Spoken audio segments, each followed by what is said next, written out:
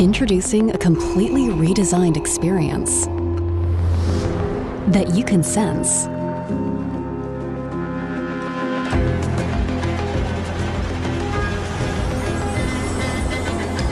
And that senses you.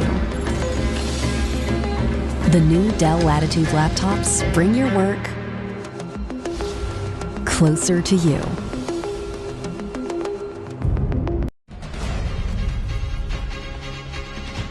Tonight, scrub clues, a crime scene set up near Samantha Murphy's home as her husband visits the search zone. A gang of teens arrested on a city tram following a violent brawl as tough new weapons laws are introduced. King Charles puts on a brave face after Prince Harry's mercy dash to be by his side. Scalpers pull a Swiftie on Tay-Tay fans, while those without tickets are warned to stay away from the MCG. Young and reckless, 9 News is there as police swoop on hoons breaking the law for social media clicks. And from the Coleman to the co-captaincy, Charlie Curnow earns a promotion. This is Melbourne's 9 News with Alicia Loxley and Tom Steinfort. Good evening. There's been a significant development in the search for missing Ballarat mother Samantha Murphy. Police today evacuated part of a walking trail and declared a crime scene after finding items of interest. Mimi Becker with the latest. After 4 days of tireless searching, finally a possible clue.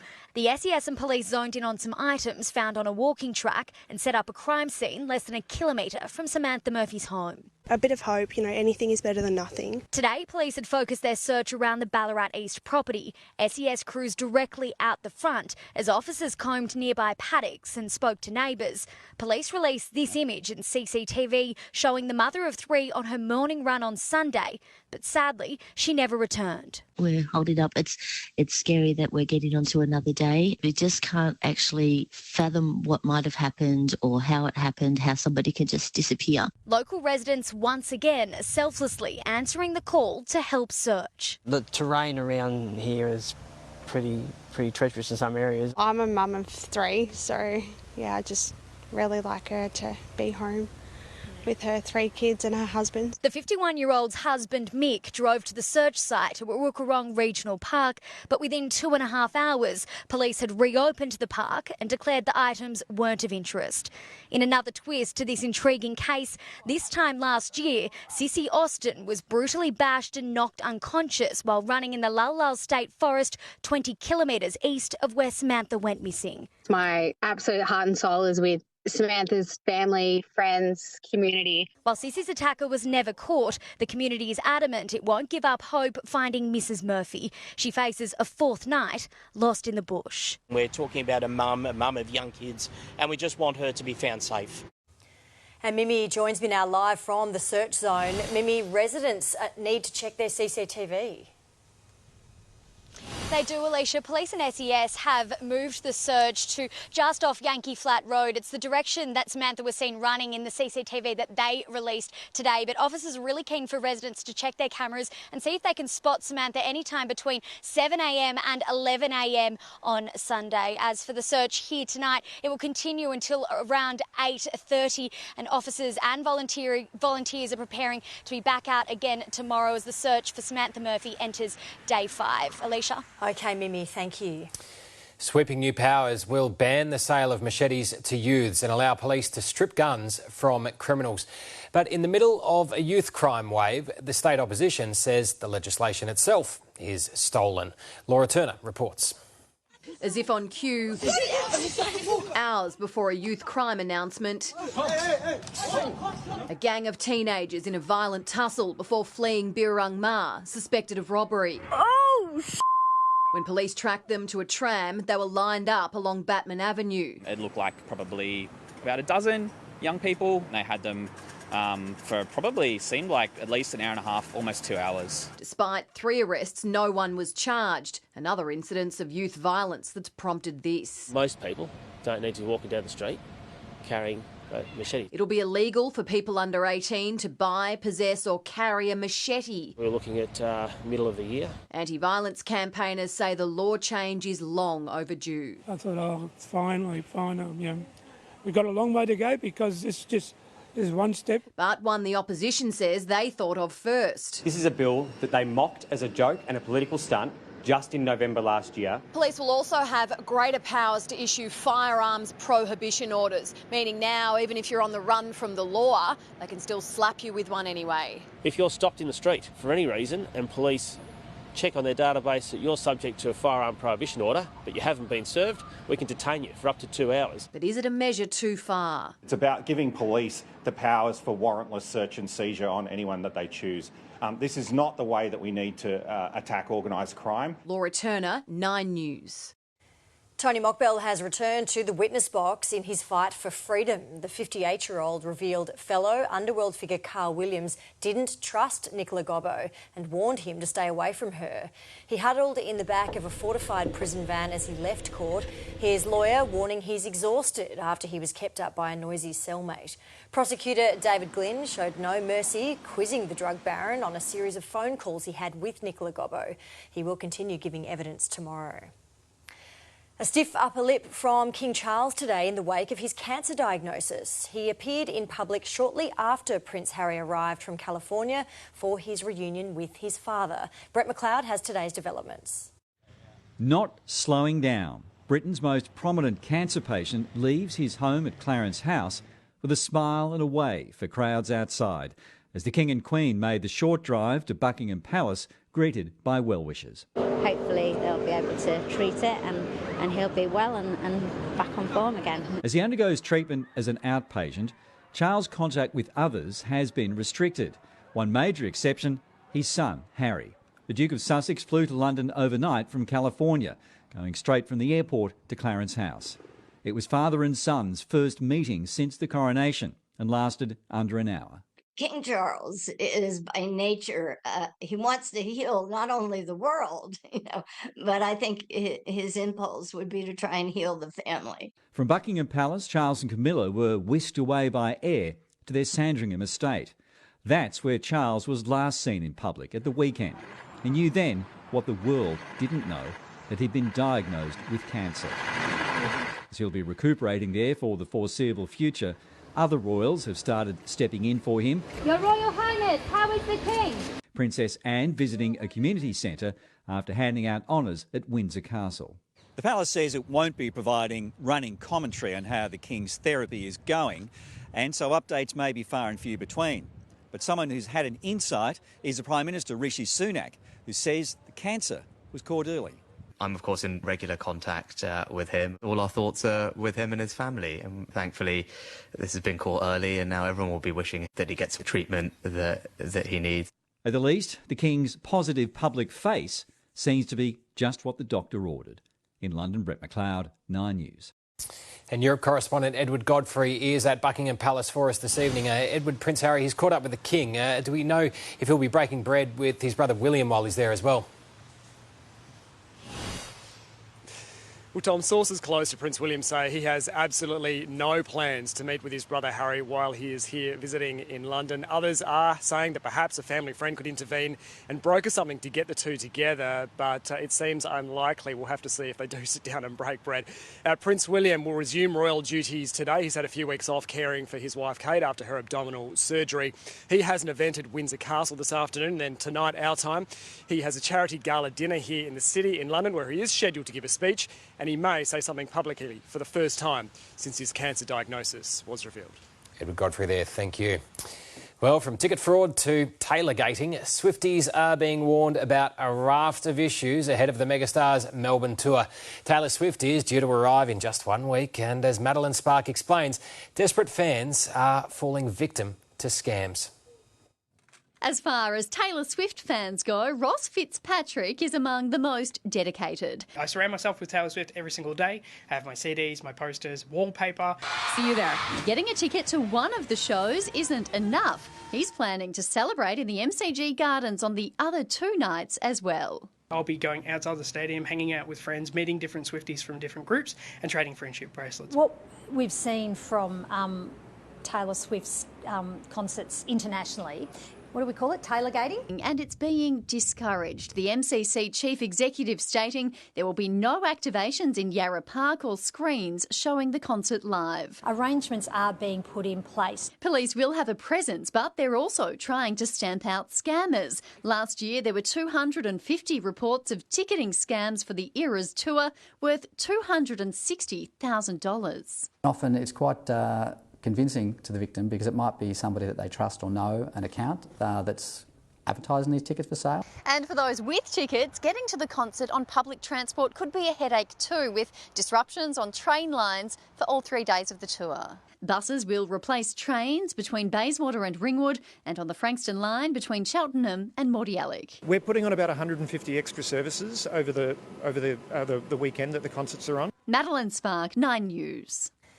The future of St Kilda's recently toppled Captain Cook statue will be decided by Port Phillip Council tonight. Let's go live now to Amber Johnston for more on this. Amber, a local councillor wants the community to decide this.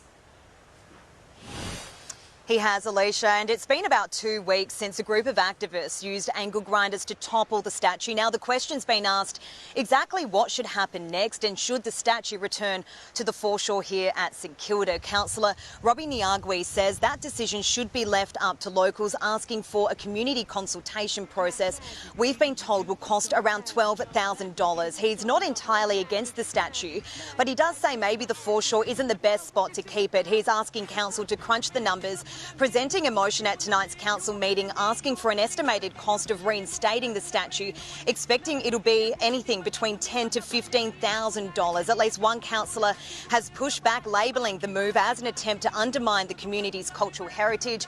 Here is what Councillor Niagwe had to say in response to that.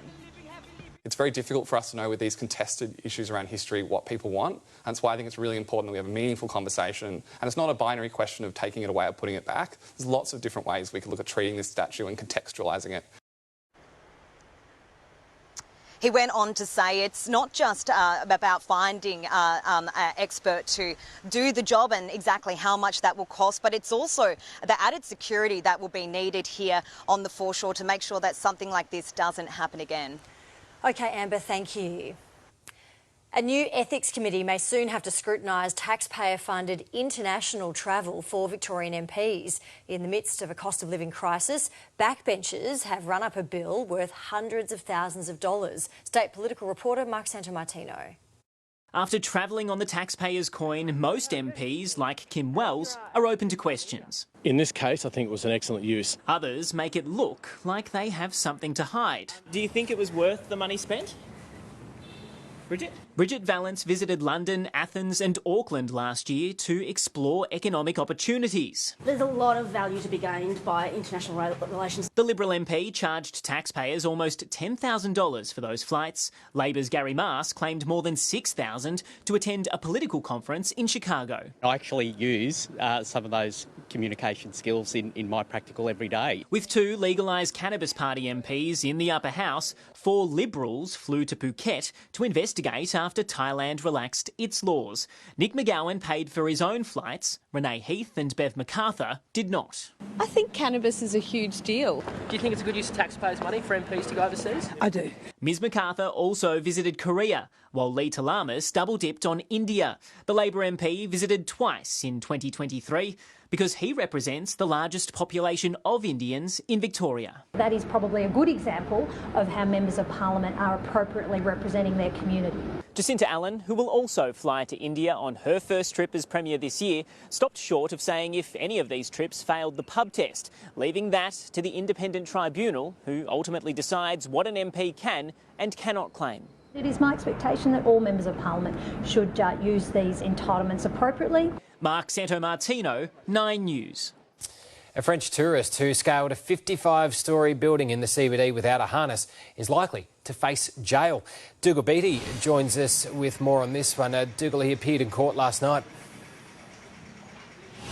Yeah, Tom, his name is Anthony Andolfo. He's a 29-year-old from France. He faced an out-of-sessions court hearing last night after being charged with reckless conduct endangering life. Now, he had been hoping for a fine, but the magistrate told him he was facing a term of imprisonment after he scaled that 55-storey building in the city yesterday morning. He's been living in Australia for the past 12 months and he was due to leave the country today when his visa expired. Now, the court heard he had no prior mental health issues, he's got no prior convictions, and his time in custody had been quite a rude awakening for him. Now, he has very little money to his name. He's done similar incidents, similar climbs over in Europe without incidents. Now, the magistrate said there was a risk to the people on the ground. That's why it's being treated so seriously. But the interesting thing is that the prosecution hadn't asked for a custodial sentence and left it in the hands of the magistrate. Now, his mate, who was filming it on the ground via a drone, he was convicted and fined $3,000. But Anthony Andolfo didn't apply for bail. He is due to face court again next Thursday, facing a maximum penalty of 5 years jail, Tom. OK, Dougal, thank you. Former ACCC boss Alan Fels has handed down a detailed report into price gouging. He says Australians need better protections to stop almost constant rip-offs. Finance editor Chris Kohler. Walking into Canberra after months of investigation, Alan Fels says corporate giants are out of control. Australians are paying prices that are too high too often. And he says the consumer watchdog needs to be more vicious. The cause is weak and ineffective competition in too many sectors. Handing down a report on price gouging, the former ACCC boss made 36 recommendations to the government, including new laws to name and shame corporate price gougers and powers to break up big companies when needed. The Australian government needs to act on high prices. The report finds dodgy corporate practices are everywhere. There's drip pricing, where the advertised price differs from the final amount at checkout, a big problem in online retail, medical procedures and airline tickets. Excuseflation, using global trends like inflation to camouflage unrelated price hikes, seen across almost all corporates. And loyalty taxes, where cheap introductory prices are quickly and quietly replaced by higher costs, found across energy, insurance and banks. This is unfair. The public needs an explanation. Please explain. The fact is, prices are still rising fast. In the last 2.5 years, Australians are paying well over 20% more for fuel, travel, gas and power, insurance and food, and very few are exactly sure where inflation ends and corporate profiteering begins. But tonight, a plea to strive for a better understanding. There's nothing more on the minds of Australians than the cost of living and the impact of prices on them. Chris Kohler, 9 News. Our Olympic team has its newest member, Seaford's Campbell Harrison, who will represent Australia in sport climbing. Following its debut in Tokyo, the discipline has exploded in popularity and the Aussie contingent has high hopes ahead of Paris. Alicia has more. He's been dubbed Australia's Spider-Man, and for Campbell Harrison, his happy place is between a rock and a hard place. How long can you do this for? Oh, this one, maybe not forever. The 26-year-old becomes the 5th Australian athlete to get their hands on a ticket to Paris. I have not raced for 8 years and I still get sweaty palms thinking about how close the games are. 4 years ago, COVID border closures hampered Campbell's qualifying attempts for Tokyo. To finally realise his Olympic dream was overwhelming. Look what it means to him. Leading into that final climb, there was this huge sense of pressure that was weighing on me. It's not often you sit in front of a crowd of a few hundred people and sit on the ground and cry, you know. The sport, one of 4 that made its debut in Tokyo, is physically and mentally complex, and problem solving is crucial. The time you're allotted to climb the boulder is also the time you've been allotted to assess the boulder. So often the buzzer will go off, you'll run out to the field of play and you'll be seeing these boulders for the very first time. For Campbell, 8 years of professional climbing has led to this proud moment in green and gold. With him every step, parents Yvette and Russell, who had their hands full. Campbell is one of 4 kids. He climbed around the guttering of the house, he climbed around the walls, he'd sit in the corner of the walls like a spider. And while it may be a new Olympic sport, I always knew, I just thought he'll go to the Olympics one day, no doubt. Mum's know best. Mum's always know best. 170 days and counting. Alicia, 9 News. Now with a look ahead to the rest of sport. Tony Jones. What a head, what a face. Thanks, Tom. Coming up, a young saint cops a nasty head knock at training today. We'll have that story for you. Also at Princes Park, the Blues class of 24 assembles for a snap, and Charlie is very much part of the Vice squad. Yeah, I mean, it's a massive honour. I'm super lucky to be standing alongside of Cripper, Weeders and Walshy. Things, meanwhile, get a little willing at Pies training. Also, 6 years in the wilderness, but Michelle is a Matilda once more. Why Melbourne Storm is wild about Harry, and Mr Ponting goes to Washington. This career move could be hard to trump. Get Very it? nice. See what you did there. Okay. We're connecting the dots as we speak. Thank you. Thank you, Tony. When Melbourne's 9 News returns, part 3 of our investigation into the youth crime crisis. The surging amount of reckless behaviour in search of social media clicks. Plus, Donald Trump's bold immunity bid dismissed by 3 judges. And a man's dedicated attempt to rescue his dog from a raging river.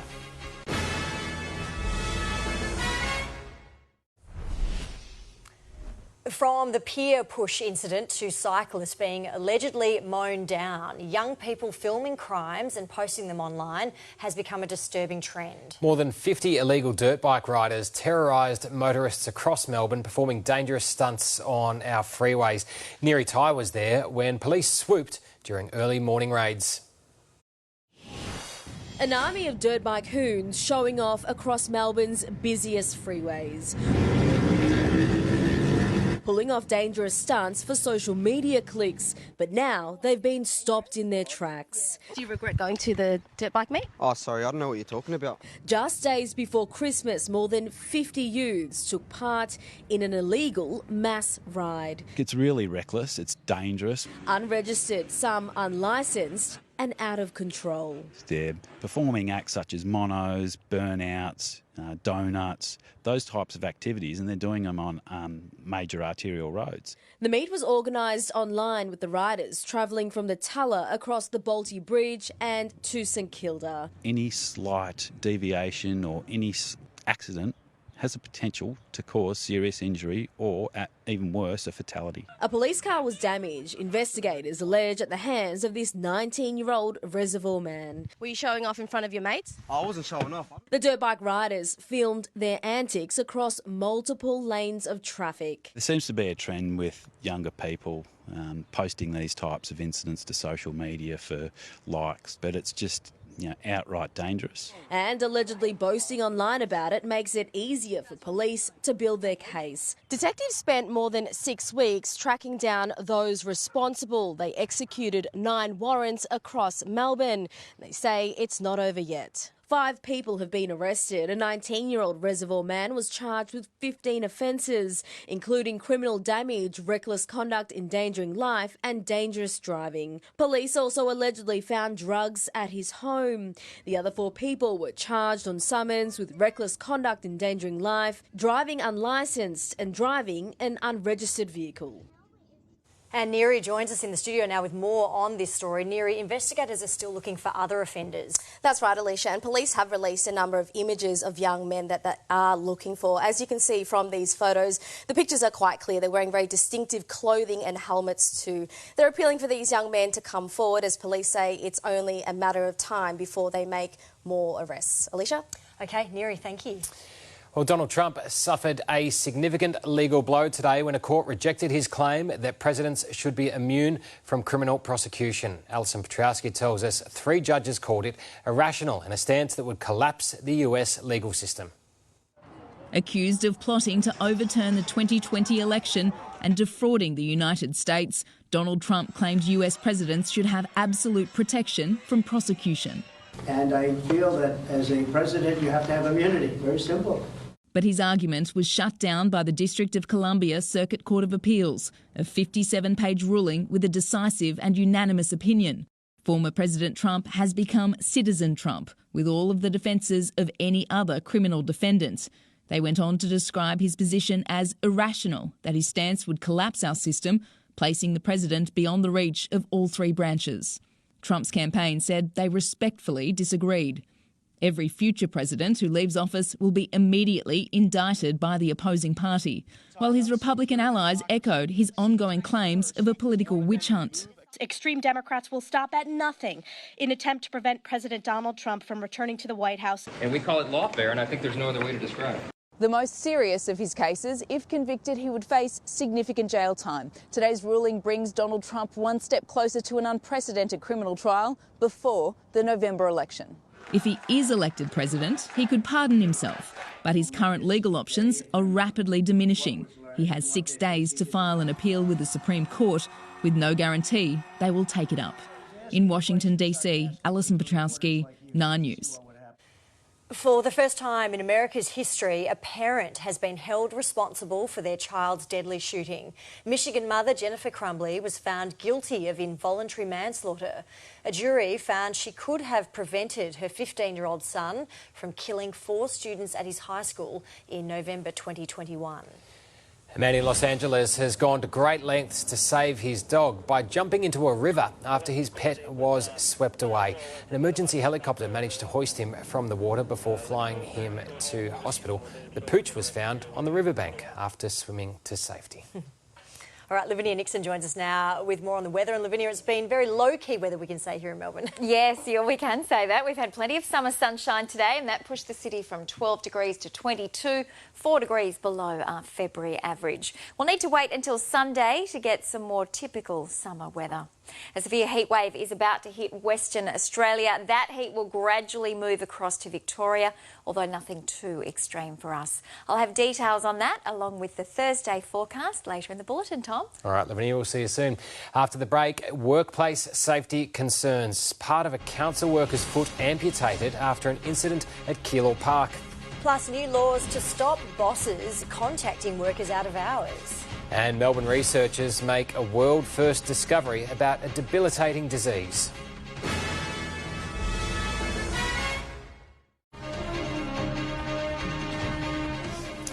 Brimbank Council is being urged to take safety more seriously after a road crew worker had to have part of his foot amputated following a spider bite. Glenn Dorraine says a white-tailed spider found its way into his work boots in a locker at the Keilor Park Operations Centre. He claims his colleagues had asked for the locker room to be fumigated but were instead offered cans of bug spray. I cleaned the boot out in the trough and out it come.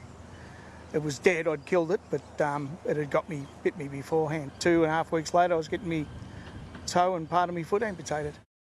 He's unlikely to be able to work again. WorkSafe inspectors were called in this morning following a union visit that raised further safety concerns at the same site.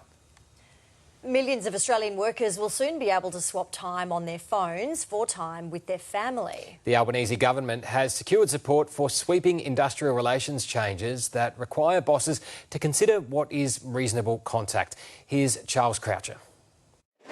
Sometimes escaping the work phone can be tricky. We'll call you back. But tonight, for millions of Australians, it's about to get easier. What we're simply saying is that someone who's not being paid 24 hours a day shouldn't be penalised if they're not online and available 24 hours a day. The government and Greens combining with David Pocock and Lydia Thorpe enough to pass the changes to be implemented by Christmas. We need to be protecting people's, private time and mental health, but how we do that is critical. Exceptions will be made for emergencies, notifying of shift changes, if the employee is paid an on-call rate or if the employee is paid to do the work. How often you are contacted, how you are contacted, the nature of your job description, whether you're being paid or not, and the nature of your family responsibilities. Additional cost, additional complexity and complete, total and utter confusion. Many companies and businesses have exactly these systems in place now. But business groups warn the consequences may impact costs. The idea that you can regulate for common sense through legislation like this is fundamentally flawed. I think there's this thing called common sense, and I think employers and employees use that pretty well. Workers will be encouraged to talk to their employers first before taking the case to the Fair Work Commission, which would give warnings before a fine. The changes are part of sweeping industrial relation laws set to pass the Parliament. They will give more rights to casual and gig workers and give the government another win to start the year. Charles Croucher, 9 News. A massive explosion has blown apart a fireworks factory in central India, killing at least 11 people and injuring More than 150 workers and nearby residents ran for their lives as the building went up in flames. The facility supplied popular crackers for weddings and religious festivals. A brighter outlook tonight for Australians who suffer from an autoimmune disease. Melbourne researchers are behind a breakthrough discovery that could lead to a cure for lupus and help treat other life-threatening illnesses. More from Gabriella Rogers. Lupus doesn't discriminate. Singer Selena Gomez needed a kidney transplant in her battle, which affects more than 25,000 Australians. The immune system mistakenly attacks various parts of the body. The joints, then the kidneys, then it's gone up to my heart and my brain. There is no cure, although different medications can control it. I think all the medications that I've been on have had really severe side effects. Current treatments simply wipe out the entire immune system, or most of the immune system. Now an Australian-led breakthrough. This discovery is a world-first treatment to act as a software reset of the immune system. It targets the underlying defect by inserting a protective molecule into the patient's dysfunctional immune cells called Tregs. The aim is to harvest the patient's own white blood cells for processing, modify them in the lab before reinfusing the supercharged cells. In test tubes and in mice with kidney inflammation, the effects were profound. It stopped the progression of the lupus kidney disease without the need for toxic immunosuppressant drugs. Whether this will be a cure, researchers won't know until clinical trials start in a few years. It could also be developed for other autoimmune diseases, such as type 1 diabetes, rheumatoid arthritis and multiple sclerosis. A discovery with a potential to help millions. Gabriella Rogers, 9 News. Ahead in Melbourne's 9 News, flung into the air, a scooter rider sent flying by a car that failed to stop. Empty beer kegs targeted by thieves, cashing them in for scrap metal. And the wicked ticket sale that really drew a crowd.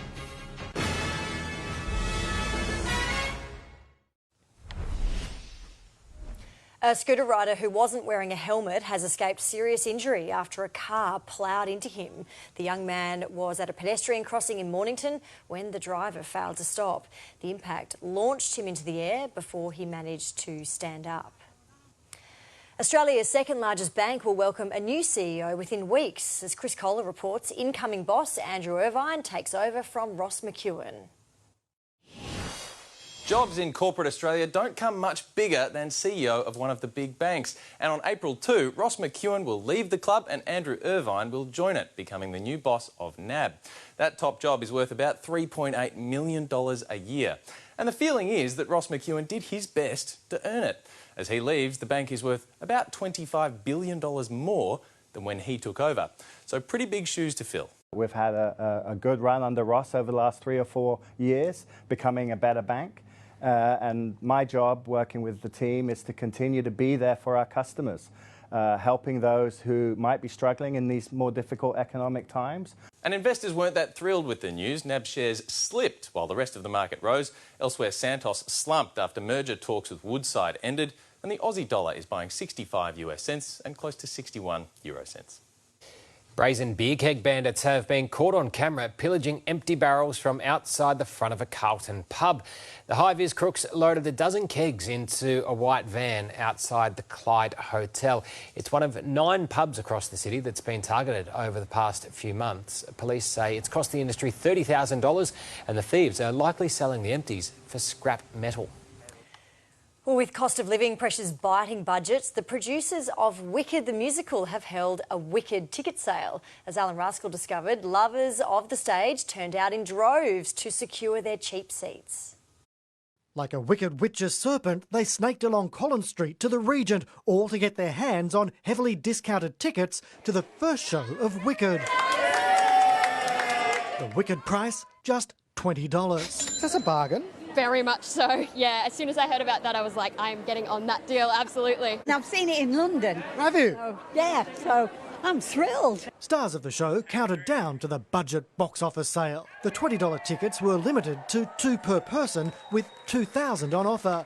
The musical is set in the land of Oz before Dorothy drops in and tells the tale of 2 young women who become known as the Good and Wicked Witches.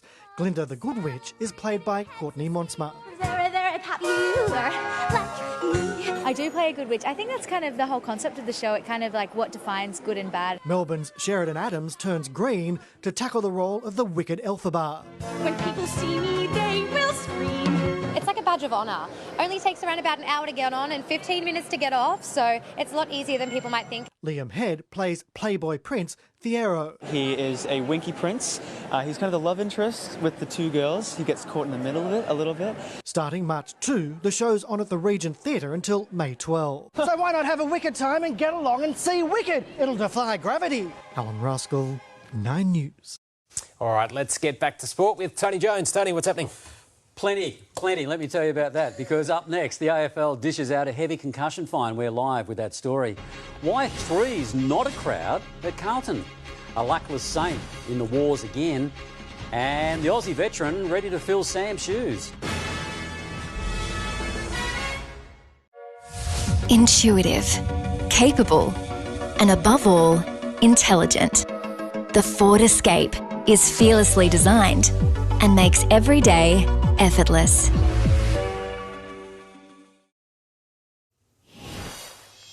Carlton has rewarded Charlie Curnow for his Coleman medal form, elevating him to vice-captain. The honour certainly not lost on the 27-year-old, who's endured his fair share of injuries before finally hitting his straps. Trent Neist reports. It's still a month before the season starts, but the Blues are picture perfect. The focus today, very much on Charlie Curnow. He's now right alongside Patrick Cripps as one of 3 vice-captains. Yeah, I mean, it's a massive honour. I'm super lucky to be standing alongside of Cripper, Weeders and Walshy, and they've done such a great job, and I can't wait to learn off them and get started into the season. The appointment of Curnow means the Blues now have a vice-captain in every line. Jacob Wiedering in defence, Sam Walsh in the middle, and now Charlie up forward. It's got the skipper's seal of approval. He's got a presence about him when he plays, and that's what you want as a leader. So we feel like we've got all areas covered now on the ground in terms of our leadership group. It looms a big year for Curnow, the back-to-back Coleman medalist. Should he win the medal again this year, he'll become the first AFL player since Gary Ablett Sr. to win 3 in a row. I haven't really thought about it too much until it was brought up just then, but I mean, that stuff's all nice, but in the end, each season you come to an end and you're not really satisfied without that end goal of what Collingwood got to taste last year. The Blues start their 2024 journey against the side that knocked them out of the finals last year, the Brisbane Lions. Hopefully we can put our best foot forward there, and then it is a team game, so I'm looking forward to playing with our forward line as a unit and attack, hopefully another final series. Trent Neist, 9 News. St Kilda's Hunter Clark has been sent for scans after a nasty training incident. Clark's teammates wrapping their arms around the luckless Saint, given his history of head knocks. More from Braden Ingram. With the season only a month away, there's no holding back at Moorabbin, but it's that approach that took down Hunter Clark today after the defender copped an errant elbow from Brad Crouch in match simulation. Probably given his history, we've probably just played the precautionary approach and getting him off. Teammates consoling Clark, who's had his fair share of heavy hits, none more so than this collision that broke his jaw in 2021. The defender undergoing scans to determine if there's any major damage. The Saints wary of complacency this season after a breakthrough September appearance. We played finals in 2020 and then it took us 3 years to get back there. So the group know that it doesn't just happen. You've got to turn up again day one. Jack Sinclair trained indoors while Mateus Filippo was on light duties. At Whitten Oval, a reduced load for sore defender Liam Jones, while Jack McRae will remain in the rehab group for at least another week after straining his hamstring. The stocks of top draftee Riley Sanders already sky high, with the round 1 debut growing more likely. He's just going to grow every game he plays this year. I think he's going to play a fair few. And no pain, no gain for Collingwood captain Darcy Moore, who fortunately bounced back up after a big hit at Pies training. Braden Ingram with that story. Well, to other sport, and with an injured Sam Kerr unavailable, Matilda's coach Tony Gustafsson has produced a selection shock ahead of this month's Olympic qualifier against Uzbekistan over at Marvel Stadium. Coming into the squad, 35-year-old striker Michelle Heyman. I feel like a kid again, and I just can't wait to be back with the team to help, give a little bit of me to show them that I've still got this. Heyman hasn't played for the Matildas in 6 years. A changing of the guard at Melbourne Storm with Harry Grant appointed captain. Grant becomes the 15th player to skipper the club, joining the likes of luminaries such as Glenn Lazarus, Stephen Kearney and Cam Smith. To have had a little bit of time learning off Cam and through the NRL and then into Origin, but in saying that, it's something to learn off, but also try and do it my own way and put a bit of a spin on it. Grant's first outing as skipper will be against Triple Premiers Penrith at Amy Park on March the 8th. Cricket hero Ricky Ponting is taking on what could be his biggest challenge yet, breaking into the US market. Ponting has signed on to coach the Washington Freedom in the American League for the next 2 years. I'm there to bring success to the team, to Washington Freedom, and if that leads to other people wanting to get involved and be a part of it, then so be it. And on the back of Ricky's appointment, Washington fans might be getting just a little ahead of themselves. This is the start of something. I hope it continues. India, watch out. Australia, watch out, because we're coming for you. Washington won 3 of its 5 matches in its inaugural year. The new season begins on July the 4th. Nice quiet day in the US. You've got to aim high, don't you, in life? Not that high. Thanks, Tony. Livinia is back with us now. And how's our Thursday shaping up, Livinia? Well, Alicia, it will be warmer than today. Lighter winds, lots of sunshine. There is plenty to like, although the forecast for Friday isn't as bright. I'll have those details and the full 7-day forecast for you next. Switch on a Daikin Alira X split system with advanced streamer technology to remove more than 99% of harmful indoor air pollutants and surround yourself with cleaner air this summer. Daikin, perfecting the air.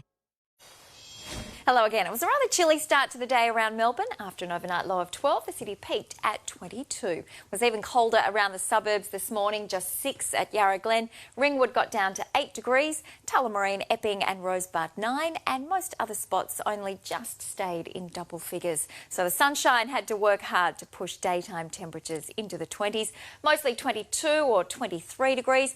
Ringwood rebounded, so did Yarra Glen, from their low starts to peak at 24. Epping has been the warmest on 25.